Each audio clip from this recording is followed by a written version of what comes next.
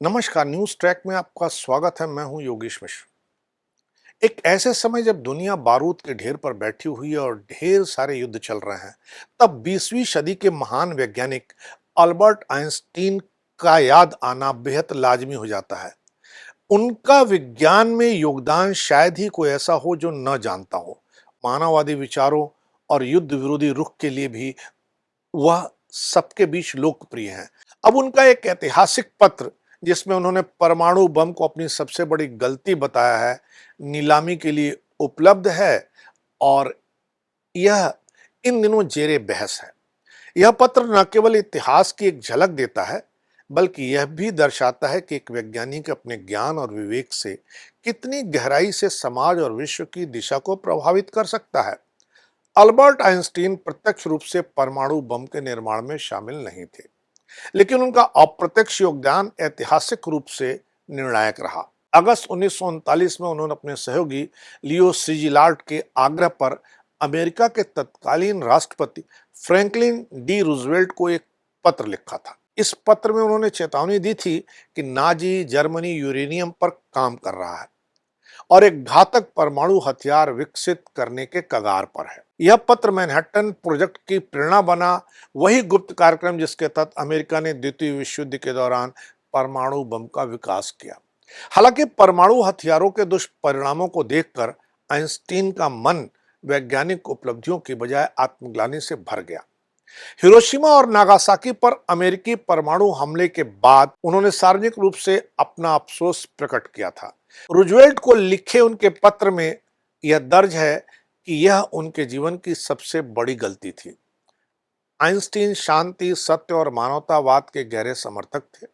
उन्होंने बार बार युद्ध को मानव सभ्यता के लिए विनाशकारी बताया और अंतर्राष्ट्रीय सहयोग तथा परमाणु हथियारों के उन्मूलन का समर्थन किया। 1952 में जापानी पत्रिका काइजो के संपादक और आइंस्टीन के पुराने मित्र कात्सु हारा ने उनसे एक पत्र में सवाल पूछा कि आपने परमाणु बम के निर्माण में सहयोग क्यों किया, जबकि आप इसकी विनाशकारी शक्ति से भली भांति परिचित थे। इसके जवाब में आइंस्टीन ने एक पत्र लिखा जिसका शीर्षक था परमाणु बम परियोजना में मेरी भागीदारी। इस पत्र में उन्होंने लिखा कि मुझे उस समय कोई और रास्ता नहीं दिख रहा था। जर्मनी द्वारा पहले परमाणु हथियार बनाने की संभावना इतनी गंभीर थी कि हम इसे नजरअंदाज नहीं कर सकते थे। आइंस्टीन ने पत्र में स्पष्ट किया कि उनका इरादा केवल जर्मनी को रोकना था, लेकिन जो हुआ वह उनके लिए जीवन भर का पछतावा बन गया। पत्र में एक और उल्लेखनीय बात उन्होंने कही थी, वो थी महात्मा गांधी के प्रति आइंस्टीन की गहरी श्रद्धा। उन्होंने गांधी को उस युग का सबसे बड़ा राजनीतिक प्रतिभाशाली व्यक्ति बताया और भारत के स्वतंत्रता संग्राम में उनके अहिंसक आंदोलन की खुलकर सराहना की। उन्होंने लिखा कि महात्मा गांधी ने दुनिया को यह दिखाया कि बिना हिंसा के भी क्रांतिकारी परिवर्तन संभव है। उनके सिद्धांत युद्ध के कट्टरपंथी उन्मूलन का सबसे सशक्त उदाहरण है। कात्सुहारा ने इस पत्र को 1952 में जर्मन भाषा और जापानी भाषा में अनुवाद करके प्रकाशित भी किया। इसके बाद इसका अंग्रेजी अनुवाद 1953 में हर्बर्ट जेले नामक सैद्धांतिक भौतिकी विज्ञानी ने आइंस्टीन की मदद से किया। यही अंग्रेजी संस्करण अब नीलामी के लिए उपलब्ध कराया गया है। इस दस्तावेज पर आइंस्टीन के हस्ताक्षर हैं और इसमें की गई त्रुटियों को पेंसिल से ठीक किया गया है, जो इसे एक अमूल्य ऐतिहासिक विरासत बनाते हैं। इस ऐतिहासिक पत्र की नीलामी प्रसिद्ध नीलामी घर बोनहम्स द्वारा आयोजित की जा रही है। इच्छुक व्यक्ति 24 जून 2025 तक इसकी बोली लगा सकेंगे। नीलामी आयोजकों को उम्मीद है कि यह पत्र 86 लाख से 1 करोड़ रुपए के बीच बिक सकता है।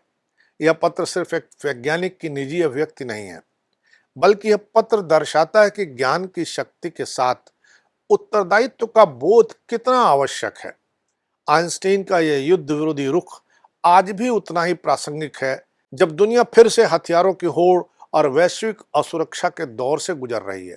उनकी यह स्वीकारोक्ति कि परमाणु बम के विकास में अप्रत्यक्ष भूमिका उनकी सबसे बड़ी गलती थी, आज की और आने वाली पीढ़ियों के लिए एक गहरी चेतावनी है। आइंस्टीन का यह पत्र न केवल विज्ञान और इतिहास की दृष्टि से महत्वपूर्ण है, बल्कि एक महान वैज्ञानिक के आत्ममंथन, पछतावे और मानव कल्याण की चिंता का सजीव प्रमाण है। इसमें गूंजती है गांधी की सीख, युद्ध के खिलाफ आवाज और शांति की आवश्यकता। यह नीलामी केवल एक दस्तावेज की नहीं कही जाएगी, बल्कि विचारों की विरासत की कही जानी चाहिए, जिसे दुनिया को संभाल कर रखना चाहिए। देखना है इसका क्या मूल्य लगता है, और जो मूल्य लगता है वह मूल्य कितना अमूल्य होता है, क्योंकि आज समूची दुनिया को शांति की जरूरत है। इस बार इतना ही। अगली बार फिर मिलेंगे किसी नए सवाल पर नए ढंग से बात करने के लिए। तब तक के लिए नमस्कार।